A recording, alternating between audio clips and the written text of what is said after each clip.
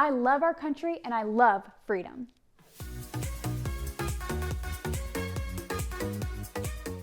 We've seen such an attack on our freedom in so many areas, including our education, media, and our culture. We've seen today's colleges infiltrated with Marxist indoctrination of the left. Critical race theory, the 1619 Project, historical revisionism, and BLM Marxist theories. So recently, I found my first week of homeschooling when I was taught at 5 years old, which taught the principles of self-government. This side, it says to be self-governed, you need to be coming quickly for class, do your work without being told, finish your work and do a good job. But we're taught the opposite is you need a ruler. And when you need a ruler, you're not sure what your teacher wants you to do. You have to ask your neighbor for help and you never get your work done. This is what I was taught from age 5. On the flip side of these things, here's a chart that was taken from the National Museum of African History in a 1978 book that was called White Awareness, Handbook for Anti-Racism Training by Judy Katz. There are 50 attributes it describes as negative, some of them including self-reliance, decision-making, being polite, working before you play, having a hard work ethic, objective, rational, linear thinking, cause and effect relationships, respecting authority, adherence to rigid time schedules, delayed gratification, and the nuclear family. These things are shown as being bad things. In today's schools, these ideas are considered to be white supremacy.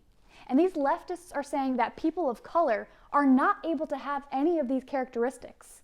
But how racist is that? I mean, for you to actually say that it's impossible for people of any other race to have character traits like being on time, being diligent, having punctuality, having a hard work ethic. This is so against people of any other minority that it's assuming that they can't do those things. This is a perfect example of the bigotry of low expectations.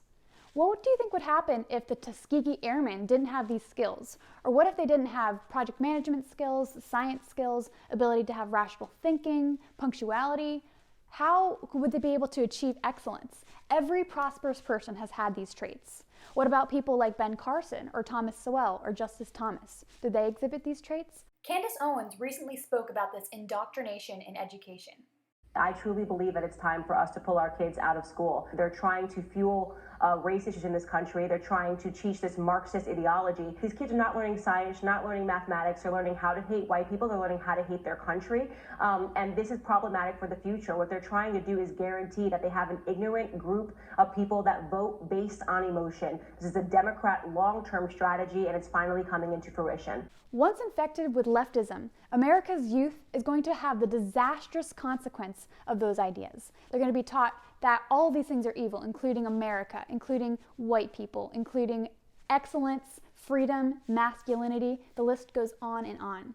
They're actually being taught today that correct answers in math or grading English papers is racist. How can we accept this in a system of education? Self-government is taking on the responsibility to do what's right on your own, and it requires being moral and not being forced to do something. Os Guinness talks about something called the golden triangle of freedom. He says to have freedom, it also requires virtue, and to have virtue, it requires faith, which in turn requires freedom. So all of these things are interconnected, and you need all of them for a flourishing and functional society. But we can't get to freedom if we're not first willing to govern ourselves and to show that independent responsibility. If we want to have freedom, we need to get back to self-government, and we need to get back to virtue.